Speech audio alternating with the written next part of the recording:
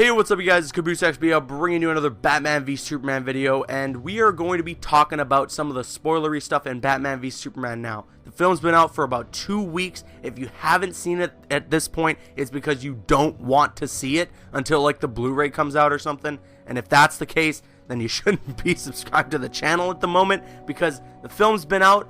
I've seen it 4 times. I know thousands of others who have seen it multiple times, or at least seen the film, so we're going to be talking spoilers now. It's about that time. So let's get right into it. Today, I have an explanation as to why Batman is a ruthless killer in Batman v Superman: Dawn of Justice. Now, if you watched my spoiler-free review, you do know that I mentioned something in this film that really bugged me, and it was a spoilery thing, and that thing that really bugged me was the fact that Batman was a killer in this film. It was really getting to me, and there were moments when he was killing where it was just sucking me out of the film. Like, I was just completely getting ripped out of the film, you know, I was detached from it, I wasn't emotionally invested anymore, and it was really getting to me. However, like I've said, I've watched this film 4 times now, and there's a lot that I picked up on each repeat viewing more and more about the reason why Batman is a killer in this film. And it all boils down to this very specific line by Alfred. Here it is. That's how it starts. The fever, the rage, the feeling of powerlessness that turns good men cruel.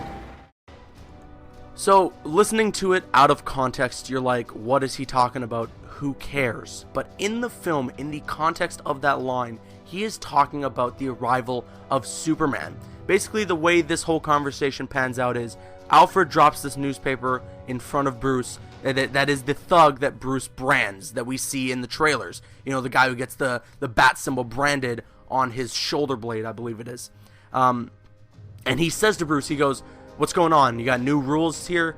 And Bruce is like, "It's the same, Alfred. We're criminals. Nothing's changed." And Alfred says, "Oh, everything's changed." And he brings up Superman. He brings up all the surveillance that Bruce has on Superman. And he says to him, that's how it starts. The fever, the rage, the feeling of powerlessness. And he looks up and down at Bruce Wayne and says that turns good men cruel.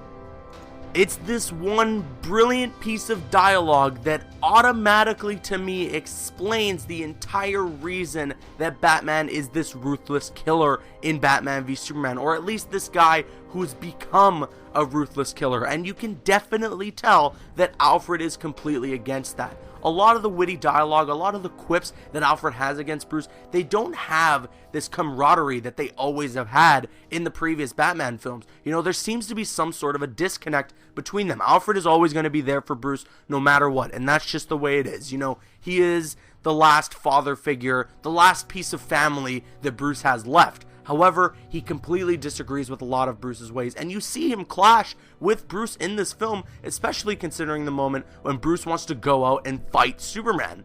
But it's probably come to this point where Alfred just can't argue with Bruce anymore, because Bruce is so stubborn in his ways. It's always his way or the highway, and Alfred just can't do anything about that anymore. He can't argue, he can't bicker, there's nothing he can do to convince Bruce what is right and wrong. So in that, the arrival of Superman arriving to Earth and causing all this destruction and being this godlike superhuman that can destroy an entire city just fighting another guy, Bruce is threatened. He feels powerless. He feels like he is not the most feared anymore. That criminals don't go out at night because they want to avoid Superman, not because they want to avoid Batman.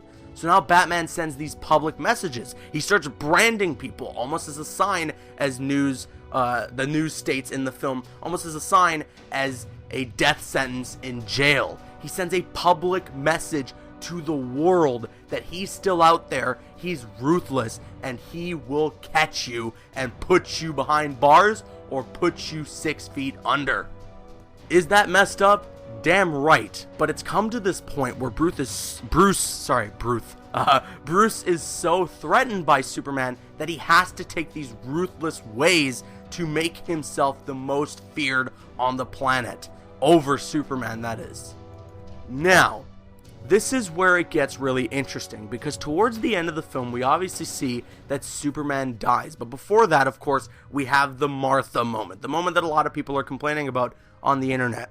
I think it's pretty fantastic for this one reason, in that when Superman starts saying Martha, when he talks about his mother and how devastated he is at the thought that his mother could actually die tonight by the hands of Lex Luthor, Batman sees Superman as more than just a threat. He sees him not as an alien, but as a human being. And that's why when he saves Martha Kent that is, he tells her, "Don't worry, I'm a friend of your son's." Then towards the end of the film, after Superman's death, as he's talking to Wonder Woman, or, Diana Prince, he mentions to her, "I failed him in life, but I will not fail him in death." How did he fail Superman in life? Well, he was this ruthless person, ready to kill Superman. Listen, if Superman didn't say Martha, if he just didn't have that last breath in him, if Lois Lane didn't arrive, he was going to put that spear through Superman and kill him, so that he would remain the top dog. He would remain at the top of the food chain. And he failed him in doing that. But he won't be that person now that Superman has died. He's learned his lesson. Finally, something has clicked. Maybe too late, but regardless, something has clicked in Batman's brain that has told him he needs to be better. And that's why he gives that speech to Wonder Woman. Men are still good. We fight. We kill. We betray one another. But we can be better. We can rebuild. We have to. And that is what Bruce is saying to himself. I fought, I killed, I betrayed Superman, but I can rebuild. I will go out, I will find the Justice League to help protect this planet, and I will be better because I have to. And this leads me to the final theory as to why Batman has stopped becoming a killer in the DC Cinematic Universe, and this is something that has been brought to my attention on social media. And that is the fact that Bruce Wayne has this turret on the Batmobile. We've seen it on set. We've seen it in the film. It is a turret that he actually uses during the chase scene with the Batmobile to kill someone, where he shreds a car into pieces with it. And we see this same Batmobile on the set of the Suicide Squad film. It was filmed in Toronto, actually, which is fantastic. Missing a key component. And that is, of course, the turret. The turret is gone. It is not on the Batmobile anymore. Now, there was a few things that I was speculating as to why this could be. It just could be convenience. Maybe they just didn't put it on there. Maybe it's going to be CGI'd on there because it's moving around and shooting or something like that. Or maybe I was thinking originally that it got destroyed in that first encounter that Batman has with Superman. So when I watched the film for the fourth time, I wanted to pay attention to that specifically, and you clearly do see when the Batmobile is driving back to the Batcave after his encounter with Superman that the turret is still on there, still intact. The only thing that was destroyed is just the roof and the doors getting ripped off. That is it. So, all that being said, one can only assume that throughout this film, Batman was originally once not a killer working with Robin. Then, of course, Robin dies. Who knows what we're going to see in the R-rated cut? Maybe Barbara Gordon getting shot. All these things in his past start to haunt him, and he's having nightmares even about his past with his parents dying. Then Superman shows up, and he's like, well, I'm not the most intimidating person on the planet now. This freaking guy is. We need to take him out. He could destroy this world. He wiped out an entire city in a day. So he starts becoming this ruthless killer. He starts sending these public messages to the world on the news with branding these criminals as some form of a death sentence for them. Then Superman dies, and he fails him. He fails his partner, someone he could have helped to stop Doomsday, to stop his own death. With all this kryptonite that he had, all these gadgets and tech that he had at his disposal to help stop Doomsday, he used them on Superman instead, causing Superman to die. So he failed him in life, but he will not fail him in death. He's not a killer anymore. He's learned from his mistakes, and we see that in Suicide Squad, especially considering now that we know Suicide Squad does indeed take place after the events of Batman v Superman, which leads me to say that I cannot wait to see what they're going to do with Batman in this film. It's going to be so exciting to see the character development of this person, who he's become, what he's going to be like after the events of Batman v Superman. I am so excited. Let me know what you guys think of my theory, of my explanation as to why Batman is a killer in the comments section below. I'm Caboose XBL. Please drop a like if you enjoyed, leave a comment if you have an opinion, and subscribe if you're new. See you guys later.